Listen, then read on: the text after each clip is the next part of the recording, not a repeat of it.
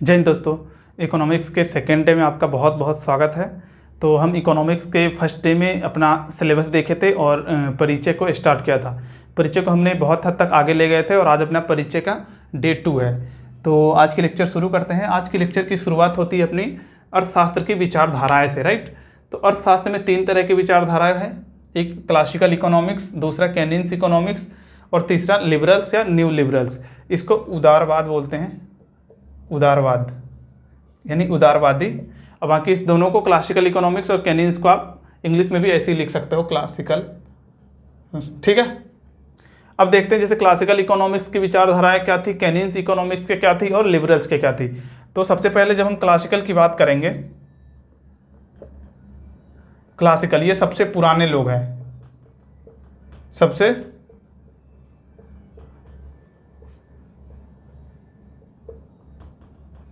सबसे पुराने अर्थशास्त्री इसके प्रशंसक रहे हैं, राइट। यानी क्लासिकल इकोनॉमिक्स में पुराने वाले जो अर्थशास्त्री थे वो आते हैं। इनका क्या मानना था? इनका मानना था कि अर्थव्यवस्था में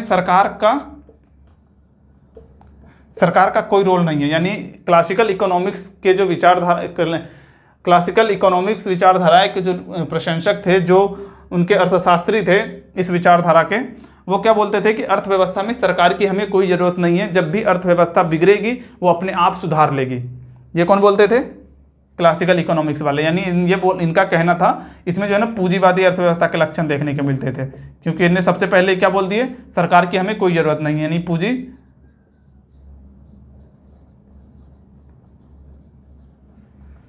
पूंजीवादी अर्थव्यवस्था इसमें देखने को मिलते थे। और इन विचारधाराओं के प्रशंसकों का कहना था कि अर्थव्यवस्था में सरकार की कोई ज़रूरत नहीं है, जब अर्थव्यवस्था बिगड़ेगी यानी जब अर्थव्यवस्था डाउन होगी वो अपने आप स्थिति को सुधार लेगी।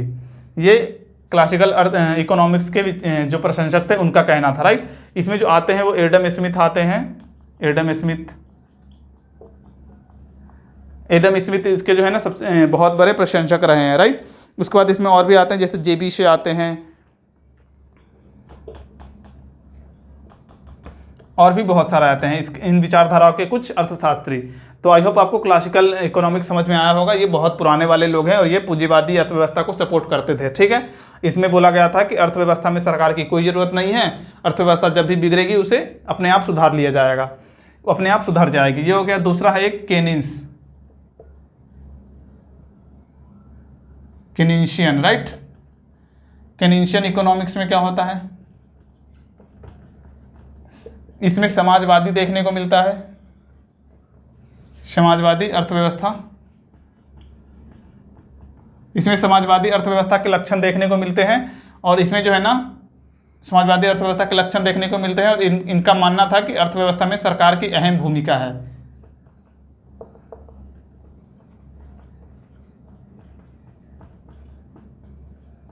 सरकार की अहम भूमिका है। ये कौन है? केनिन्सियन इकोनॉमिक्स के पॉइंट है। क्या है ये? इसमें समाजवादी अर्थव्यवस्था के लक्षण देखने को मिलते थे, राइट। और इसमें क्या बोला गया था? जैसे देखो, क्लासिकल में बोला गया था कि सरकार की कोई ज़रूरत नहीं है, वही केनिन्सियन इकोनॉमिक्स जो आए, इनके अर्थशास्त्री जो आए इसमें, उनने बोले क्या कि सरकार की अहम भूमिका होती है अर्थव्यवस्था में, राइट। उसके बाद इसके जो कुछ एग्जाम्पल है वो जेएम किंग्स है, जेएम किंग्स हो गया, कार्ल मार्क्स हो गया, है ना। इस तरह से कुछ एग्जाम्पल है। तीसरा क्या है अपने पास? लिबरल्स या न्यू लिबरल्स इकोनॉमिक्स। ये क्या है? ये आधुनिक अर्थशास्त्री जो है ना उसे लिबरल्स या न्यू लिबरल्स बोला जाता है। इसमें जो है ना मिश्रित अर्थव्यवस्था का लक्षण देखने को मिलता है।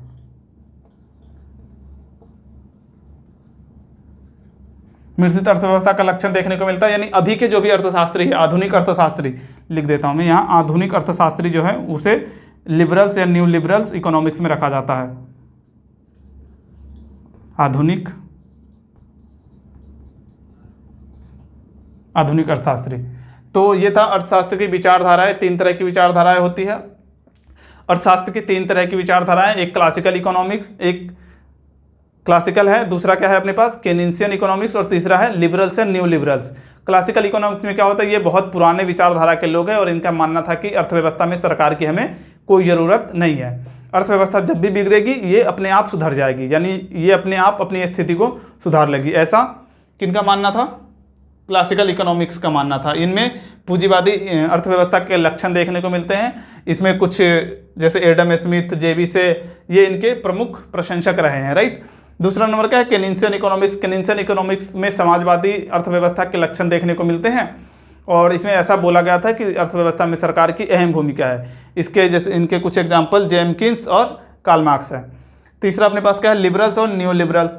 लिबरल्स में क्या होता है कि ये आधुनिक अर्थशास्त्री जो हैं वो उसे लिबरल्स और न्यू लिबरल्स में रखा जाता है। इसमें मिश्रित अर्थव्यवस्था की लक्षण देखने को मिलती है। तो ये था अर्थशास्त्र की विचारधारा है। अब अपन थोड़ा सा आगे बढ़ते हैं और देखते हैं अपना नेक्स्ट क्या है, राइट। नेक्स्ट अपने पास आती है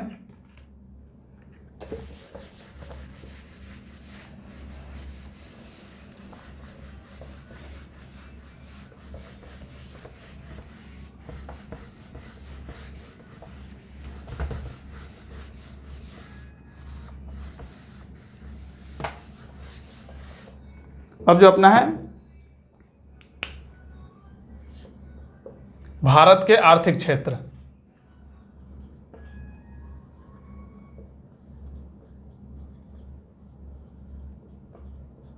भारत के आर्थिक क्षेत्र को इंग्लिश में क्या बोलेंगे? Economic sector.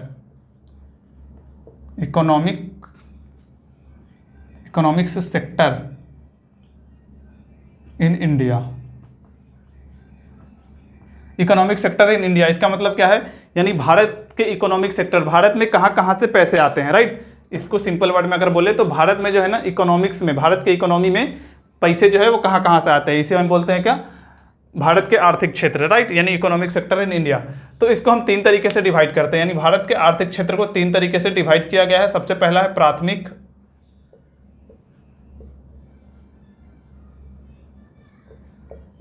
क्षेत्र। दूसरा क्या है अपने पास? सबसे पहले तो इसको डायरेक्ट ऐसे प्राथमिक और ऐसे नहीं बोलते हैं, इसको हम तीन तरीके से डिवाइड करते हैं।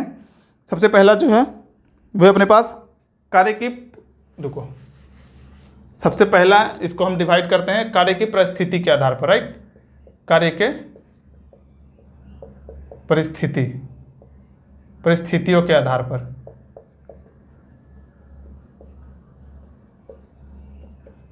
ठीक है। दूसरा इसमें होता है, यानी ये एक हो गया, इसको हम तीन तरीके से डिवाइड करते हैं भारत के आर्थिक क्षेत्र को। पहला ये है। दूसरा अपने पास क्या आता है? कार्य के शर्त के आधार पर।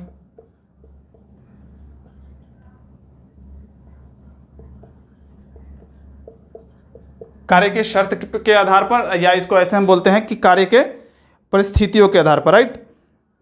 सॉरी, ये परिस्थितियां नहीं है, एक सेकंड, ये परिस्थितियां में नहीं आती है, ये होगा, यानी ये, या नहीं तो कार्य के परिस्थितियों के आधार पर।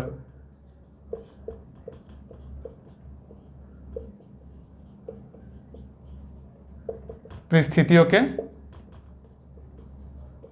आधार पर, ये कार्य के गतिविधियों के आधार पर, राइट। किसकी तरह की गतिविधियां उसमें होती है उसके आधार पर होता है सबसे पहला।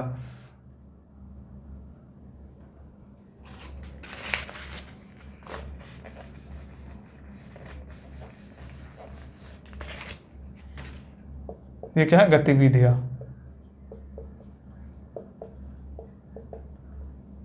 और तीसरा एक और तरीके से डिवाइड करते हैं स्वामित्व के आधार पर।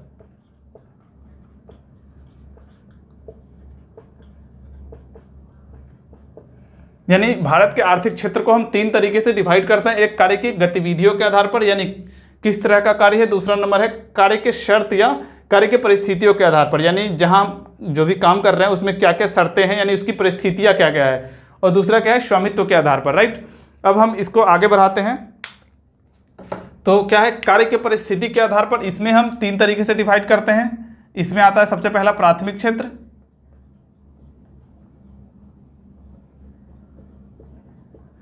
दूसरा आता है द्वितीयक क्षेत्र,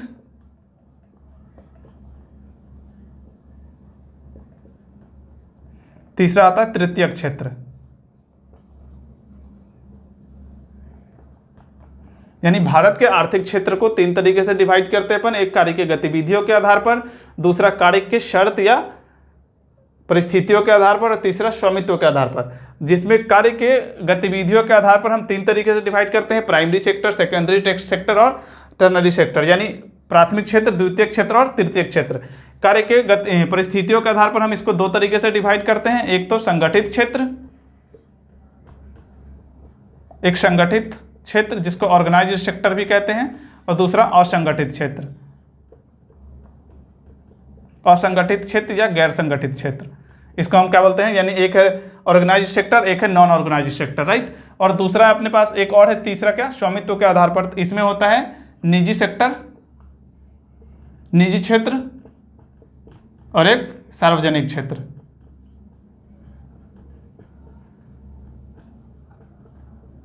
सार्वजनिक क्षेत्र, निजी क्षेत्र यानी प्राइवेट सेक्टर, सार्वजनिक क्षेत्र मतलब पब्लिक सेक्टर। अब हम ये तीनों को बारी बारी से समझते हैं। सबसे पहले कार्य के परिस्थिति गतिविधियों के आधार पर देखते हैं।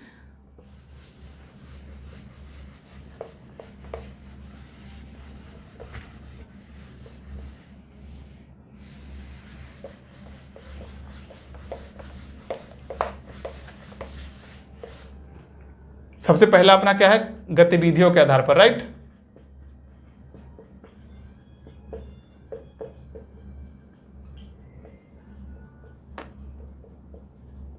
गतिविधियों के आधार पर सबसे पहला इसमें क्या है अपना प्राथमिक क्षेत्र।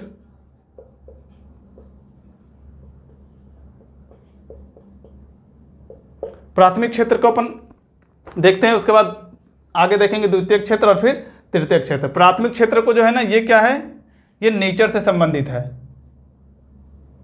नेचर बोले तो प्राकृतिक से संबंधित है, प्रकृति से संबंधित है।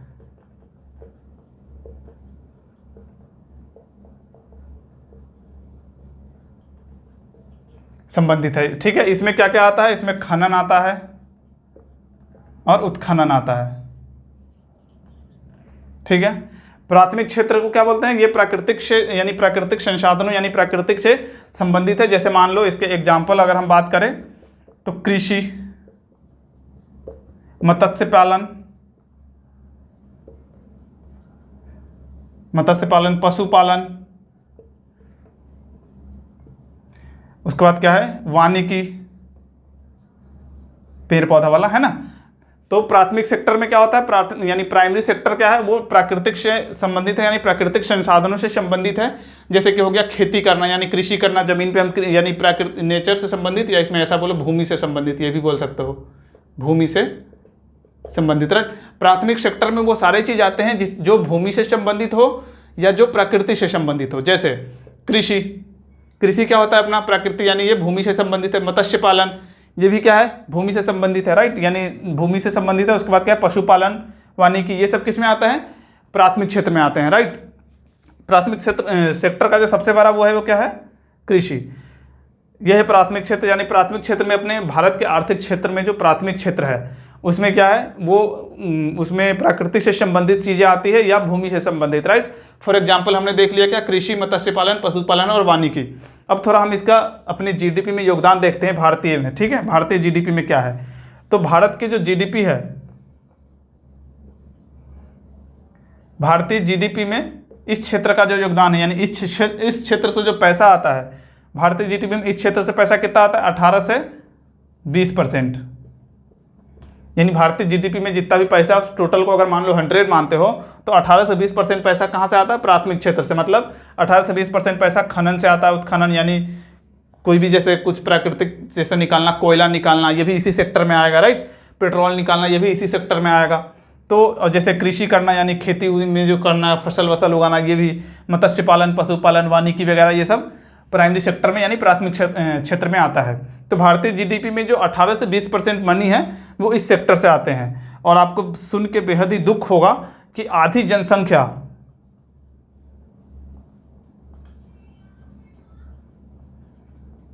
जनसंख्या इसी सेक्टर में काम करती है।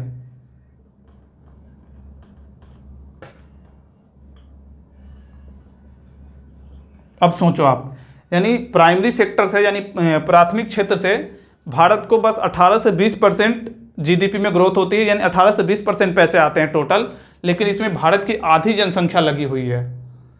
यानी इस सेक्टर में प्राइमरी यानी प्राथमिक क्षेत्र में भारत की आधी जनसंख्या है, और हम अपनी जो भारत की जनसंख्या है उसमें आधी जनसंख्या से हमें मात्र 18 से 20% की इनकम हो रही है। यानी ये इस देश के लिए क्या है, बुरी स्थिति है, राइट। ये आपको समझ में आ गया होगा कि भारत को थोड़ा मतलब परेशानी यहाँ भी हो रही है कि प्राइमरी सेक्टर में बहुत ज़्यादा लोग लगे हुए हैं। भारत की आधी आबादी प्राइमरी सेक्टर में लगी हुई है, लेकिन भारत के जीडीपी में 18 से 20% ही योगदान हो पाता है। तो ये था प्राथमिक क्षेत्र, प्राइमरी सेक्टर। अब अपन आगे बढ़ते हैं और देखते हैं द्वितीयक क्षेत्र, राइट। यहाँ पे अगर देख लेंगे तो ठीक है, अगर हो जाए तो द्वितीयक क्षेत्र, राइट।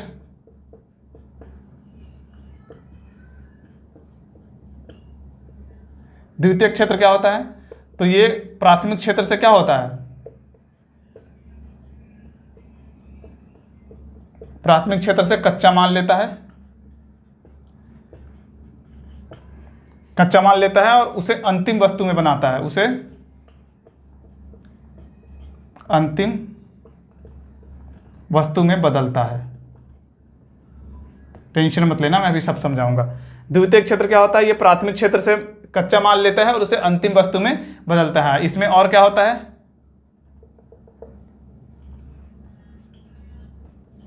निर्माण क्षेत्र, दूसरा विनिर्माण क्षेत्र, यानी कंस्ट्रक्शन वगैरह जो भी होता है। तीसरा इसमें जल विद्युत और गैस आपूर्ति, जल विद्युत और गैस ये भी शामिल है। बस इतना ही है द्वितीयक क्षेत्र के बारे में, ठीक है। अब इसमें समझना क्या होता है। द्वितीयक क्षेत्र में हमने क्या बोले, ये प्राइमरी सेक्टर से कच्चा माल लेता है तथा उसे अंतिम वस्तु में बदल देता है। उसके बाद हमने नेक्स्ट पॉइंट क्या लिखा, निर्माण क्षेत्र और विनिर्माण क्षेत्र, यानी कंस्ट्रक्शन का जो भी काम होता है वो द्वितीयक सेक्टर में आता है, यानी द्वितीयक क्षेत्र में आता है। तीसरा जल विद्युत और गैस, ये तीनों द्वितीयक सेक्टर मतलब द्वितीयक सेक्टर यानी द्वितीयक क्षेत्र में आता है, यानी सेकेंडरी सेक्टर में आते हैं, राइट। अब जैसे देखना, प्राथमिक क्षेत्र से जो कच्चा माल लेके अंतिम वस्तु में बदलना, जैसे मान लो प्राथमिक सेक्टर से गेहूं आता है, राइट। प्राथमिक सेक्टर गेहूं यानी कृषि, कृषि से अपन गेहूं उपजाए, गेहूं हमने द्वितीयक सेक्टर वाले को दिए, जैसे किसी उद्योग वाले को दिए, ये उद्योग से रिलेटेड ज़्यादातर, ठीक है। यानी यहाँ पे बोल दो उद्योग, यहाँ हम पोस्ट में लिख देते हैं उद्योग। जैसे देखो हमने गेहूं उपजाए प्राइमरी सेक्टर से, गेहूं को हमने कच्चा माल के तौर पे यूज किए और किसी कंपनी वाले को दिए, वो कंपनी वाले ने उस गेहूं का ब्रेड बनाया, तो ब्रेड क्या हुआ, अंतिम वस्तु, और उस अंतिम वस्तु को मार्केट में सेल कर दिया। यानी ब्रेड बनाना वो कहाँ आएगा, द्वितीयक सेक्टर में, और गेहूं जो कहाँ से आता है, प्राइमरी सेक्टर से। आई होप आपको ये समझ में आया होगा कि प्राइमरी सेक्टर का जो है कच्चा माल अंतिम वस्तु में कैसे बदलता है। प्राइमरी सेक्टर से जो भी लेके, जैसे मान लो गेहूं लेके हमने ब्रेड बना दिया, गेहूं लेके हमने बिस्किट बना दिए, तो कच्चा माल हमने कहाँ से लिए, प्राइमरी सेक्टर से, और उसको हमने अंतिम वस्तु में बना दिया, राइट। जैसे निर्माण क्षेत्र, जैसे कोई भी कंस्ट्रक्शन बिल्डिंग वगैरह बन रहा है वो हो गया, और जैसे कोई भी पुल वगैरह बनता है ना, कंस्ट्रक्शन का जो भी काम होता है ये, वो दोनों हो गया। उसके बाद क्या है, जल विद्युत और गैस, जल विद्युत गैस, ये तीनों की जब बात करेंगे हम, वो भी किस में आता है, द्वितीयक सेक्टर में आता है। तो आई थिंक आपको द्वितीयक सेक्टर समझ में आया होगा कि भारत में आर्थिक क्षेत्र में जो है द्वितीयक सेक्टर का क्या वैल्यू है, राइट, और क्या मतलब है। हमने क्या बताया, प्राथमिक सेक्टर से यानी प्राथमिक क्षेत्र से कच्चा माल लेता है और अंतिम वस्तु में बदल देता है। निर्माण क्षेत्र और विनिर्माण क्षेत्र में इसमें आता है जल विद्युत तथा गैस, ये इसमें आता है, राइट। अब दूसरी देखो, इसका जीडीपी में क्या योगदान है। जीडीपी में इसका 25 से 30% योगदान है, राइट। 25 से 30%, जो कि कम है। अगर भारत को जो है ना विकसित राष्ट्र बनना है तो इसका योगदान को बढ़ाना पड़ेगा। हालांकि भारतीय सरकार, अभी इंडियन गवर्नमेंट ने बहुत कुछ नया लाया है, जैसे स्टार्टअप इंडिया वगैरह, है ना, तो वो इसी सेक्टर के बढ़ावा के लिए लाए हैं, इसमें बढ़ावा होगा, राइट। तो यह है द्वितीयक सेक्टर। अब अपन देखते हैं लास्ट क्या है, तृतीयक सेक्टर, राइट।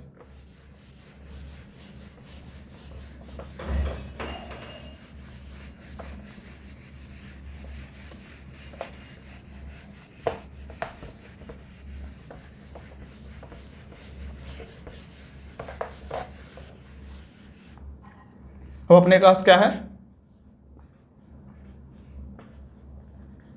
तृतीयक क्षेत्र। तृतीयक क्षेत्र को सेवा क्षेत्र भी कहते हैं, सेवा क्षेत्र कहते हैं। तृतीयक क्षेत्र का भारतीय जीडीपी में सबसे ज्यादा योगदान है, राइट। ये क्या होता है, ये दोनों सेक्टर के विकास में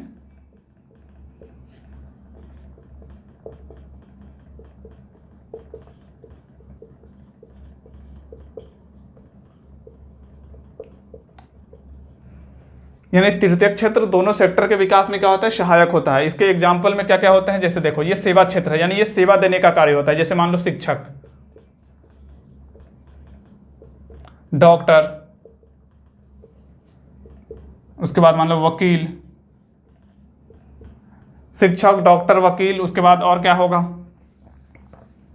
जैसे सेवा क्षेत्र में अगर हम कंसीडर करें, शिक्षक हो गया, डॉक्टर हो गया, वकील हो गया, मान लो जज हो गया, है ना, ये सब वगैरह है। जैसे मान लो पुलिस हो गया,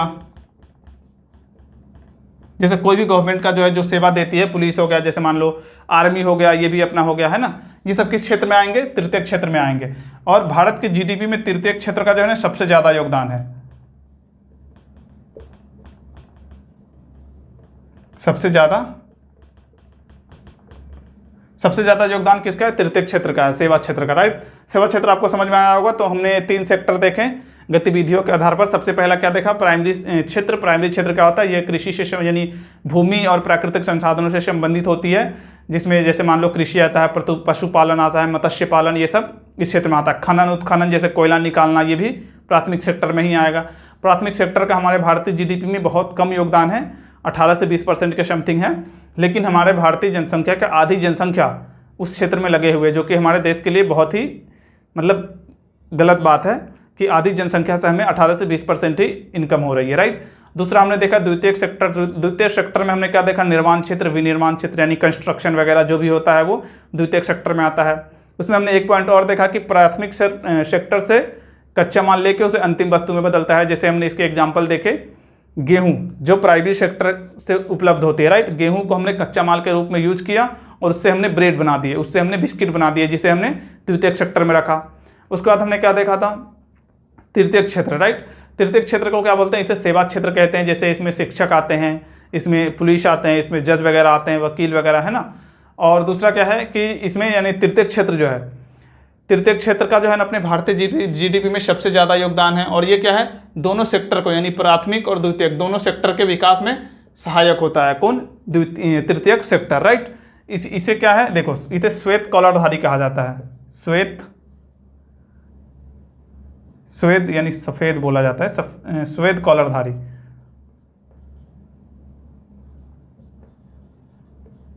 श्वेत कॉलरधारी कहा जाता है। प्राथमिक क्षेत्र जो था अपना, प्राथमिक, ये पॉइंट लिख लेना, प्राथमिक क्षेत्र जो है आपको नोट्स मिलेगा तो उसमें होगा। ये प्राथमिक क्षेत्र जो है उसको हम बोलते हैं लाल कॉलरधारी, राइट। इसमें कार्य करने वाले लोगों को लाल कॉलरधारी कहा जाता है। और दूसरा जो अपना क्या है, द्वितीयक क्षेत्र, उसको बोला जाता है ब्लू कॉलरधारी। द्वितीयक क्षेत्र में कार्य करने वाले लोगों को क्या बोला जाता है, ब्लू कॉलरधारी। तो ये था अपना प्राथमिक, द्वितीयक और चतुर्थक क्षेत्र, राइट। नहीं, तृतीयक, प्राथमिक यानी प्राथमिक क्षेत्र, द्वितीयक क्षेत्र और तृतीयक क्षेत्र। ये हमने किसके आधार पर देखे, गतिविधियों के आधार पर। अब अपन थोड़ा सा आगे बढ़ते हैं और हमने कार्य को एक और आधार पर बांटा था। वो क्या था, परिस्थितियों के आधार पर, राइट। परिस्थितियां या शर्त के आधार पर, उसको अपन आगे देखते हैं।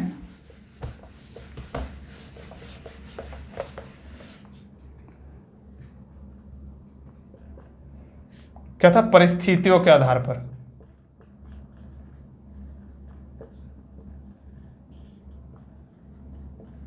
अभी आर्थिक क्षेत्र की ही बात हो रही है, उसको मैं 3 तरीके से डिवाइड किए थे ना। एक गतिविधियां के आधार पर, तो गतिविधियां के आधार पर तो हमने देख लिया, परिस्थितियों के आधार पर देखते हैं। तो एक क्या था, संगठित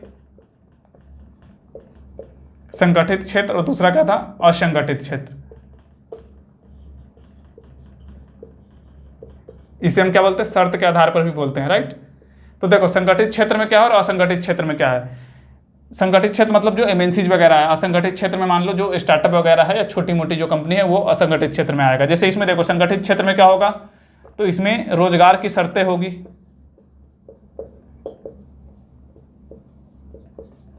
रोजगार की शर्तें। जैसे मान लो यहाँ सरकार के नियम रहेंगे, सरकार के नियम वैलिड होंगे, यहाँ पे नहीं होंगे। यहाँ मान लो निश्चित वेतन मिलेगा, जैसे कोई गवर्नमेंट जॉब आप करते हो तो उसमें क्या है, निश्चित वेतन मिलता है, इसमें नहीं मिलेगा। इसमें असंगठित में हो सकता है कभी आपका वेतन बढ़ा दे, हो सकता है कभी आपका वेतन घटा दे, राइट। इसमें क्या है, इसमें जो है सो आपको जैसे रिटायरमेंट के बाद जो पेंशन होता है वो भी मिलता है, राइट। पेंशन मिलता है, इसमें वो भी नहीं मिलेगा, है ना। और भी बहुत सारे होते हैं, जैसे सरकार के नियम चलते हैं, निश्चित वेतन इसमें मिलता है, संगठित में, असंगठित में निश्चित वेतन नहीं मिलता है, और संगठित में सरकार के नियम भी कोई काम के नहीं होते, सरकार के नियम कुछ भी हो सरकार समझे वो, है ना। उसके बाद क्या है कि संगठित में नौकरी की जो है सुरक्षा होती है, यानी सरकारी नौकरी जो भी होती है, या कोई भी जैसे मान लो कोई भी एमएनसी कंपनी है, उसमें नौकरी की सुरक्षा होती है। नौकरी की सुरक्षा मतलब सिक्योरिटी, मतलब ये नौकरी जल्दी खत्म नहीं होगी, राइट। बहुत रेयर केस में हो सकता है कि नौकरी चली जाए, नहीं तो नहीं होती है। और संगठित में क्या है, जैसे उसके पास प्रोजेक्ट नहीं आ रहा है, उसके पास प्रोडक्ट नहीं बन पा रहा है, सेल नहीं हो रहा है, तो आपको असंगठित में क्या होगा, हटा देगा। तो ये संगठित और असंगठित क्षेत्र है। तो हमने परिस्थितियों के आधार पर भी देख लिया कार्य को।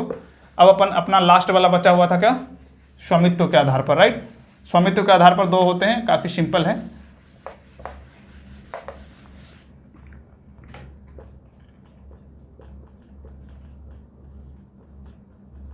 स्वामित्व के आधार पर सबसे पहला क्या था, निजी क्षेत्र। निजी क्षेत्र में क्या होता है, 51% से अधिक शेयर, 51% से अधिक शेयर आपको पता होना चाहिए। शेयर क्या होता है, यानी जैसे किसी कंपनी की क्या वैल्यू है, यानी 100% मान लो उस वैल्यू, तो उसके 100 शेयर मान लो, राइट, 100% में, राइट। तो उसमें क्या है, 51% से अधिक शेयर अगर किसी कंपनी का जो है ना प्राइवेट लोगों के पास है, यानी निजी व्यक्ति के पास है, तो उसे क्या बोलते हैं अपन, निजी क्षेत्र बोलते हैं, राइट। और दूसरा अपने पास क्या था, सार्वजनिक क्षेत्र।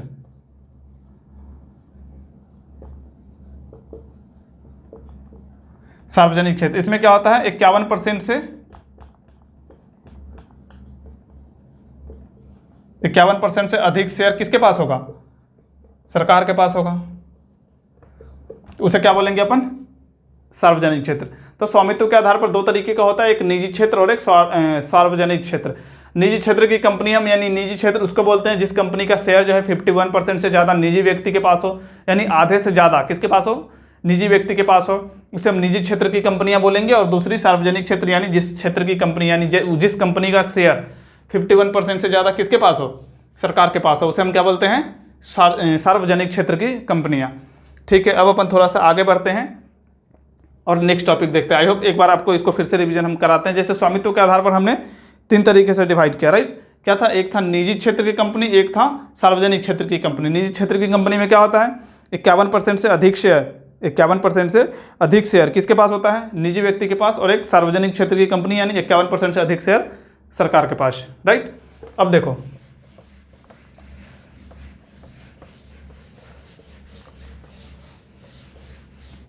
एक छोटी सी टॉपिक है, देखना। विश्व बैंक जो है ना, विश्व बैंक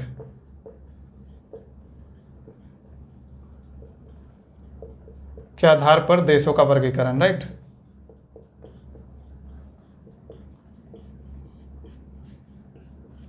देशों का वर्गीकरण किसके बेस पे, प्रति व्यक्ति आय के बेस पे,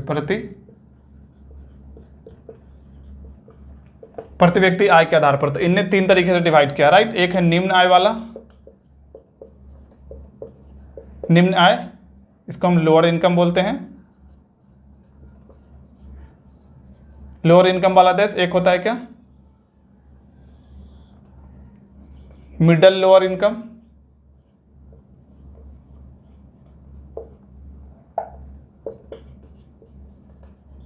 एक होता है upper middle, upper lower income, और एक होता है हाई इनकम, राइट।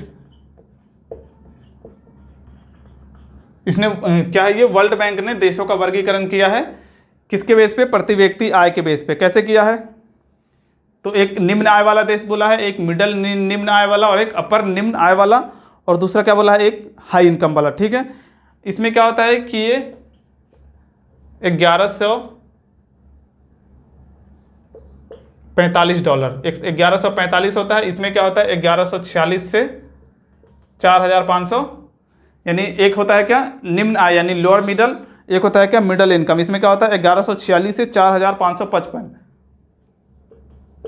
और ये होता है 4556 से 4556 से 10,005 के समथिंग में होता है, नहीं सॉरी 14,005, और ये क्या होता है, 14,005 से ज़्यादा, 14,006 से ज़्यादा, राइट। देखो आपको समझ नहीं आया होगा, मैं समझाता हूँ आपको। एक विश्व बैंक है, वर्ल्ड बैंक। विश्व बैंक को क्या बोलते हैं? World bank. ये नाम थोड़ा ज़्यादा आपको समझ आएगा, राइट। वर्ल्ड बैंक ने देशों का वर्गीकरण किया है। इसमें जो भी, यानी ये क्या है? पैसे है। किसमें? डॉलर में। ये याद रखना, ये पैसे हैं, यानी 0 से 11,000 यानी $1145 जिस भी देश के प्रति व्यक्ति आया है, जैसे जिस देश के हर एक इंसान यानी हर एक व्यक्ति अगर 1145 प्रति व्यक्ति इनकम है उसका, अगर डॉलर में $1145 प्रति व्यक्ति आय है, उस देश को निम्न आय वाला देश कहा गया है, राइट। और जिस देश का प्रति व्यक्ति आय 1146 से 4,555 के बीच है, उस देश को मिडल लोअर इनकम वाला देश कहा गया है, राइट। और जिस देश का प्रति व्यक्ति आय 4556 से 14,005 $, राइट। ये क्या है? डॉलर में है, इसके मनी जो भी है वो डॉलर में है, राइट। यानी 4556 से 14,005 के बीच में जिस देश का प्रति व्यक्ति आय है उसे अपर लोअर इनकम बोला गया है। और हाई इनकम किसको बोला गया है? 14,006 से ज़्यादा, जिसका भी $, में 14,006 से ज़्यादा प्रति व्यक्ति आय है उसे हाई इनकम वाला देश बोला गया है। ये किसने? विश्व बैंक ने देशों का वर्गीकरण किया है। आई होप ये छोटा सा टॉपिक है, समझ आ गया होगा आपको। अब थोड़ा सा आगे बढ़ते हैं अपन और आगे की टॉपिक देखते हैं।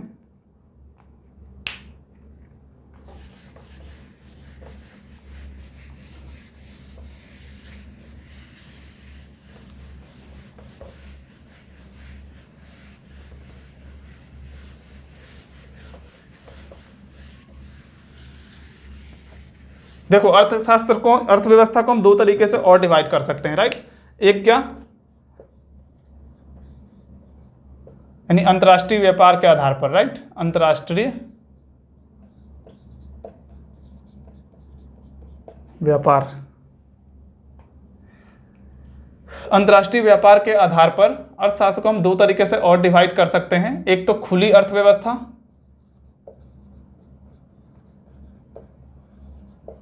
और दूसरा बंद अर्थव्यवस्था, राइट।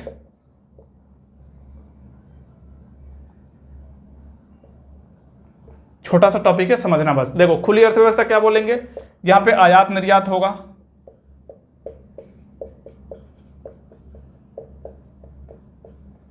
यहां पे क्या होगा? विदेशी पूंजी का आगमन होगा, विदेशी पूंजी का आगमन होगा, बहिर्गमन होगा, यानी आएगा भी और जाएगा भी। इसमें क्या होगा? आयात निर्यात नहीं होगा, आयात निर्यात नहीं होगा। और विदेशी पूंजी का तो जब आयात निर्यात ही नहीं होगा तो विदेशी पूंजी कहाँ से आएगा जाएगा, राइट। तो देखो अर्थव्यवस्था को अंतर्राष्ट्रीय व्यापार के आधार पर दो हिस्सों में बांटा गया है, एक खुली इकोनॉमी और एक बंद इकोनॉमी, एक ओपन और एक क्लोज, एक ओपन इकोनॉमी और एक क्लोज इकोनॉमी। ओपन इकोनॉमी में क्या होगा? जैसे अंतर्राष्ट्रीय व्यापार, यानी वैसी अर्थव्यवस्था, उस देश की अर्थव्यवस्था जो अंतर्राष्ट्रीय लेवल पे यानी दूसरों देशों से आयात निर्यात करता हो, उसे उस देश की अर्थव्यवस्था को खुली अर्थव्यवस्था कहा जाता है, राइट। जैसे मान लो दूसरे देश से हम कुछ मंगाते हैं, दूसरे देश में हम कुछ भेजते हैं, यानी दूसरे देश से आयात निर्यात हो रहे हैं, हमारे यहाँ दूसरे देश के पैसे आ रहे हैं, हमारे पैसे दूसरे देश जा रहे हैं, राइट। तो उस देश की यानी वैसी अर्थव्यवस्था को क्या बोला जाता है? खुली अर्थव्यवस्था बोला जाता है। और एक बंद अर्थव्यवस्था होता है जिसमें आयात निर्यात नहीं होता है। बहुत देश की अर्थव्यवस्था है वो बंद अर्थव्यवस्था है। एक क्या है, उत्तर कोरिया करके कुछ नाम है ना, वो क्या है, वो बंद अर्थव्यवस्था है। जो बंद अवस्था में क्या बोले हमने? आयात निर्यात नहीं होते हैं और विदेशी पूंजी का आगमन नहीं होता है। तो ये बंद और खुली अर्थव्यवस्था है अंतर्राष्ट्रीय व्यापार के आधार पर। अपनी जो भारतीय अर्थव्यवस्था है ना, भारतीय अर्थव्यवस्था वो 1991 के बाद जो एलपीजी आया था उसके बाद क्या है, खुली अर्थव्यवस्था के रूप में आगे बढ़ रही है, राइट।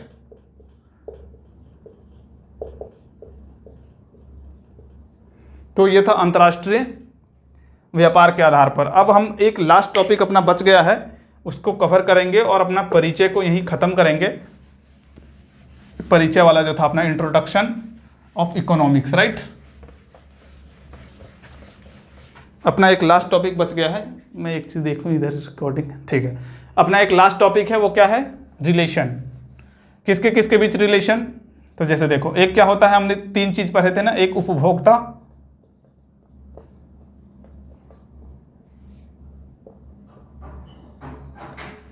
एक क्या था, उत्पादक,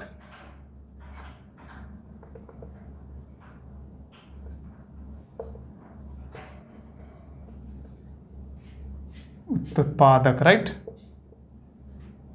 एक उपभोक्ता एक उत्पादक होता है, और उसके बाद क्या है, एक सरकार होता है, और एक मान लो एक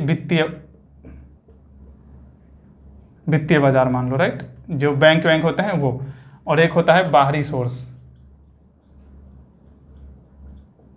इसके बीच हमें रिलेशन देखना, ठीक है। अपने पास चार चीजें हैं। एक क्या है, उपभोक्ता, जो यूजर है, कस्टमर है, जो हम लोग हैं। एक उत्पादक है, उत्पादक कौन है, जो कंपनी वाले हैं। दूसरा क्या है, बाहरी क्षेत्र, यानी अन्य दूसरे लोग, यानी रेस्ट ऑफ द वर्ल्ड, ठीक है। एक क्या है, वित्तीय बाजार है, और एक सरकार है। ये अपने भारत के से रिलेटेड हम बात करते हैं, राइट। तो देखो, उपभोक्ता क्या करता है, जो यूजर है उसके पास बचत आता है। बचत को हम क्या करते हैं, वित्तीय बाजार यानी बैंक में जमा कर देते हैं, और बैंक हमें उसके बदले क्या देता है, ब्याज देता है। ये रिलेशन समझ आया। उपभोक्ता के पास जो बचत होता है, जो हम कमाते हैं उसमें से जो बचत होता है, उसे हम वित्तीय बाजार में जमा करते हैं, जिसके बदले हमें बैंक क्या देता है, ब्याज देता है। इसके बाद अगर हम वित्तीय बाजार को उत्पादक से करें तो क्या होगा, यानी इसमें क्या होगा, वित्तीय बाजार से लोन लेती है, ये ऋण लेती है। जो भी प्रोड्यूसर है, यानी जो उत्पादक है, कंपनी को चलाने के लिए क्या लेती है, लोन लेती है, और जिसके बदले ये क्या देती है, वित्तीय बाजार को ब्याज। क्या ये समझ आया, ठीक है। ये रिलेशन आई होप आपको समझ में आया होगा। एक बार और हम आपको बताएंगे। दूसरा क्या है, उपभोक्ता से सरकार, ये क्या है, ये टैक्स देता है, राइट। उसके बाद क्या है, यहां से भी उत्पादक से भी क्या मिलता है, टैक्स मिलता है। ये क्या देता है, सरकार क्या देता है उत्पादक को, सब्सिडी।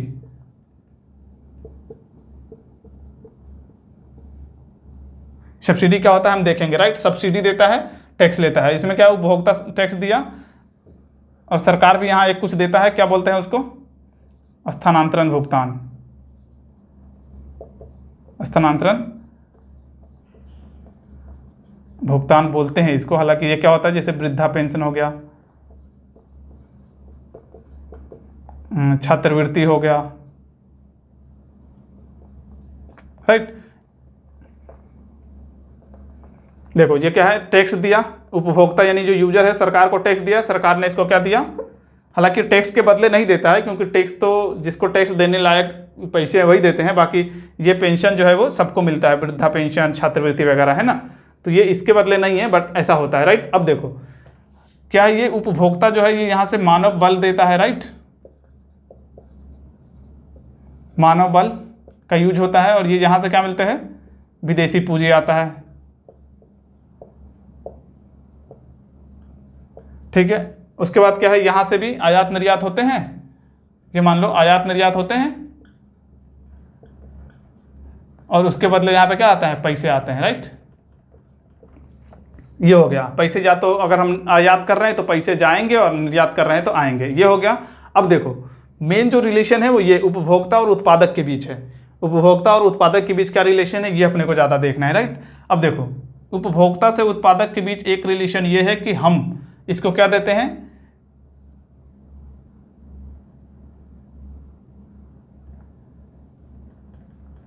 उत्पादन सेवा। क्या देते हैं, जैसे उपभोक्ता से उत्पादन क्षेत्रों के बीच क्या जाता है अपने पास से, उत्पादन से उपभोक्ता क्षेत्रों के बीच हम क्या देते हैं इसको, उत्पादन सेवा, या इसको ऐसा बोलो ना, उत्पादन नहीं, साधन सेवा बोलो, राइट। ये ज़्यादा सही लगेगा, साधन सेवाएं। साधन सेवाएं जैसे क्या हो गया, भूमि, पूंजी, श्रम, संगठन, राइट। यानी उपभोक्ता क्षेत्र से साधन सेवाएं जैसे भूमि, श्रम, पूंजी कहाँ जाता है, उत्पादक क्षेत्रों की ओर। क्योंकि जो भी कंपनी बनने आती है वो अपनी भूमि खुद तो लेके नहीं आती है, वो किसी न किसी उत्पादक का ही यानी उपभोक्ता का ही भूमि रहता है ना, यानी हम लोगों में से ही किसी का भूमि यूज करेगा वो, हम लोग यानी श्रम, हम लोग ही उसको काम करने जाएंगे, यानी उत्पादक ही जाएंगे, संगठन, ठीक है। उसके बाद क्या है, इसके बदले उत्पादक क्षेत्र इसको क्या देता है, जैसे हमने इसको ये दिया, उत्पादक क्षेत्र को क्या बोलते हैं, वस्तु और सेवा मिलती है, राइट। वस्तु एवं सेवा, राइट। उसके बाद क्या है, उत्पादक क्षेत्र और उपभोक्ता क्षेत्र को क्या देता है, तो इसका ये रेंट देता है, साधन आय बोल दीजिए इसको, राइट। साधन साधन आय, साधन आय में क्या, जैसे हमने इसको भूमि दी है तो इसका ये क्या देगा, रेंट देगा। उसके बाद क्या है, मजदूरी देगा श्रम का, है ना, ये सब। उसके बाद क्या है, वस्तु और सेवाएं, ये इसने हमें वस्तु और सेवाएं दी है तो इसके बदले हम क्या देंगे, इस पे हम खर्च करेंगे, वस्तु और सेवाओं पे व्यय, वस्तु एवं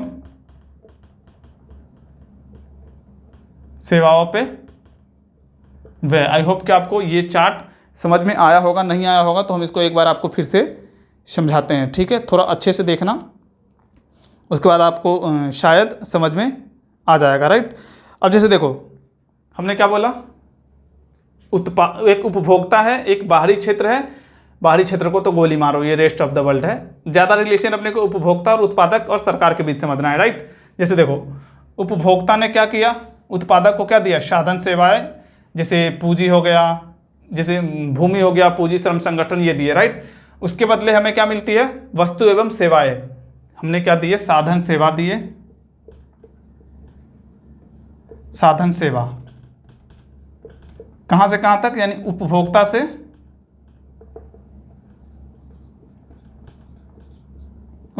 से उत्पादन क्षेत्रों की ओर, उत्पादन क्षेत्र की ओर। उसके बदले हमें क्या मिला, वस्तु और सेवा, राइट, वस्तु एवं सेवाएं। एक तो हमें ये पॉइंट मिली, ठीक है। दूसरा पॉइंट देखो, हमें उत्पादन क्षेत्रों से क्या मिला, एक सेकंड रुकना, ये स्केच खत्म हो गया है। ये देखो क्या है, उत्पादन क्षेत्रों से हमें क्या मिला, यानी साधन आय मिला,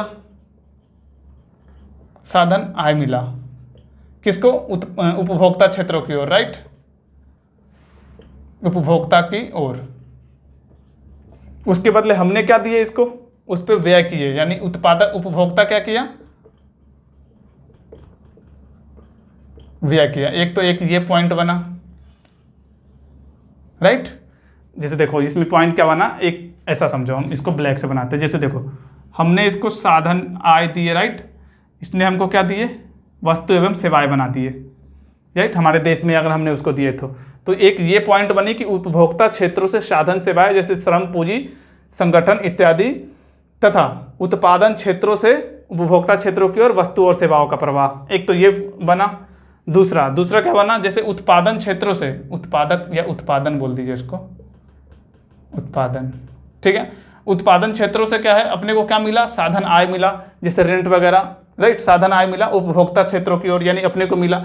उसके बदले अपन ने क्या किए, वही आय को अपन ने क्या किए, इसके प्रोडक्ट पे खर्चा किया, यानी वस्तु एवं सेवाओं पे व्यय। एक पॉइंट अपने को ये बना, ठीक है, 2 हो गया। तीसरा पॉइंट अपने को क्या बना, उपभोक्ता क्षेत्र, यानी सरकार ने अपने को कुछ दिया, राइट, सरकार ने क्या दिया अपने को, वृद्धा पेंशन वगैरह, वृद्धा पेंशन, छात्रवृत्ति, बिना कुछ लिए, राइट। एक पॉइंट अपने को ये बना। अब ये मत बोल देना कि यहां तो अपने से टैक्स लिया गया था, ये वाला टैक्स, ये टैक्स लिया गया था, लेकिन ये टैक्स सभी लोग नहीं देते हैं, क्योंकि वो जो जिसके इनकम ज़्यादा होगा वही टैक्स देगा ना। हालांकि वृद्धा पेंशन, छात्रवृत्ति सबको मिलता है, इसलिए हम लिखते हैं सरकार के वृद्धा पेंशन, सरकार ने वृद्धा पेंशन और छात्रवृत्ति दिया। ये किसको दिया, उपभोक्ता को, बिना कुछ लिए, जो और सरकार ने हमसे कुछ भी नहीं लिए। तो इस तरह से अपने पास कितने पॉइंट बने, 3 पॉइंट बने, राइट। अब देखो ये वाला जो है इसको हम बोलते हैं वास्तविक प्रवाह।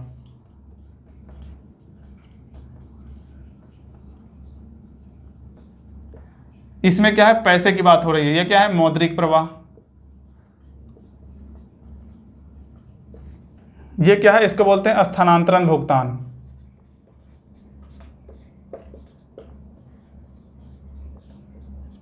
स्थानांतरण भुगतान। अब एक बचा हुआ है बस अपने पास, क्या, सब्सिडी, राइट, स्थानांतरण भुगतान, जिसको ट्रांसफर मनी कहते हैं। ये सब्सिडी बचा हुआ है, वो अपन लास्ट में देख लेंगे एक बार, ठीक है। अब देखो ये चार्ट आपको समझ अगर आया होगा तो यही ये चार्ट हमने इसलिए समझा रहे थे क्योंकि हमको आपको वास्तविक प्रवाह, मौद्रिक प्रवाह और स्थानांतरण भुगतान समझाना था। वास्तविक प्रवाह किसको बोलते हैं, तो उपभोक्ता क्षेत्रों से, देखो वास्तविक प्रवाह उपभोक्ता क्षेत्रों से उत्पादन क्षेत्रों की ओर साधन आय का प्रवाह जैसे भूमि श्रम पूंजी, तथा उत्पादन क्षेत्रों से उपभोक्ता क्षेत्रों की ओर वस्तुएं एवं सेवाओं का प्रवाह, उसे क्या बोलते हैं, वास्तविक प्रवाह। दूसरा क्या था, मौद्रिक प्रवाह। मौद्रिक प्रवाह यानी पैसों का लेन देन।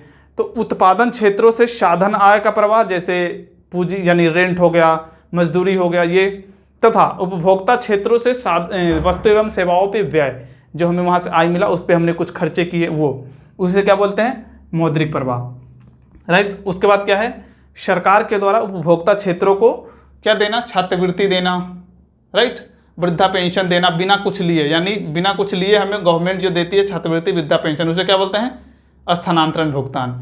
तो ये 3 पॉइंट था। आई होप आपको ये चार्ट समझ में आया होगा। नोट्स में आपको ये मिलेगा, तो इसको आपको छापने की तो कोई ज़रूरत है नहीं, ये हमने आपको पहले ही बता दिया है। देखना डिस्क्रिप्शन बॉक्स में आपको लिंक मिलेगा, वहाँ से आप नोट्स भी डाउनलोड कर सकते हो। अब अपने पास एक टॉपिक बस बचा हुआ है, वो क्या है, एक पॉइंट जो इसमें छूटा है, सब्सिडी क्या होता है, राइट।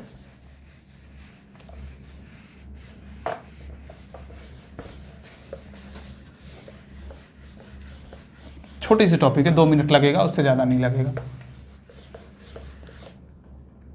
क्या है,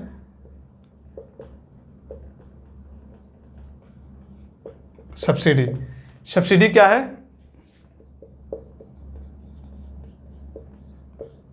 सरकार देती है उपभोक्ता के बदले उत्पादन क्षेत्र को। बस खत्म। सब्सिडी क्या होता है, सरकार देती है उपभोक्ता के बदले उत्पादन क्षेत्र को। जैसे हमारे देश में बहुत कुछ, जैसे बीज हो गया, बीज पे सब्सिडी मिलती है, राइट, यानी बीज की कीमत बहुत होती है, लेकिन उस पर बीज बहुत ज़रूरी है, क्योंकि हमारे देश में कृषि होना बहुत ज़रूरी है। अगर खेती नहीं होगा तो देश के लोग क्या खाएंगे, राइट। तो यानी वो सारी ज़रूरत की चीज़ें जो देश में होनी चाहिए उस पर सरकार क्या देती है, सब्सिडी देती है। सरकार क्या देती है, सब्सिडी देती है, उसे हम सब्सिडी कहते हैं। यानी जैसे मान लो 1000 का बीज है, राइट, इस पे सरकार ने मान लो 600 सब्सिडी दे दी है, 600 सब्सिडी दे दी है। तो अब ये बीज मार्केट में कितने में मिलेगा, 400 में। यानी इसको किसान कितने में लाएगा, किसान लाएगा इसको 400 में, राइट। बाकी के 600 रुपया कौन देगा, सरकार देगा। किसके बदले, इस किसान के बदले। यही होता है सब्सिडी। जैसे ऐसा समझो, यानी 1000 का कोई बीज है, 1000 के बीज पे सरकार ने 600 सब्सिडी दे रखा है, राइट, 600 रुपये सब्सिडी दे रखा है। तो किसान को वो 1000 के बोरे कितने में मिलेंगे, 400 में। बाकी जो 600 रुपये है, जो उत्पादक है, जो कंपनी वाले हैं, वो कहाँ से लेंगे, सरकार, यानी उसको सरकार देगा। किसके बदले में, उस किसान के बदले में। इसे ही बोला जाता है सब्सिडी। आई होप आपको समझ में आया होगा। तो यहाँ पे हमारा परिचय होता है ख़त्म अर्थशास्त्र का। और अब अपना अगला सेकेंड यूनिट शुरू करेंगे, जो है इन्फ्लेशन, मुद्रास्फीति। तो आज के लिए इतना ही। जय हिंद।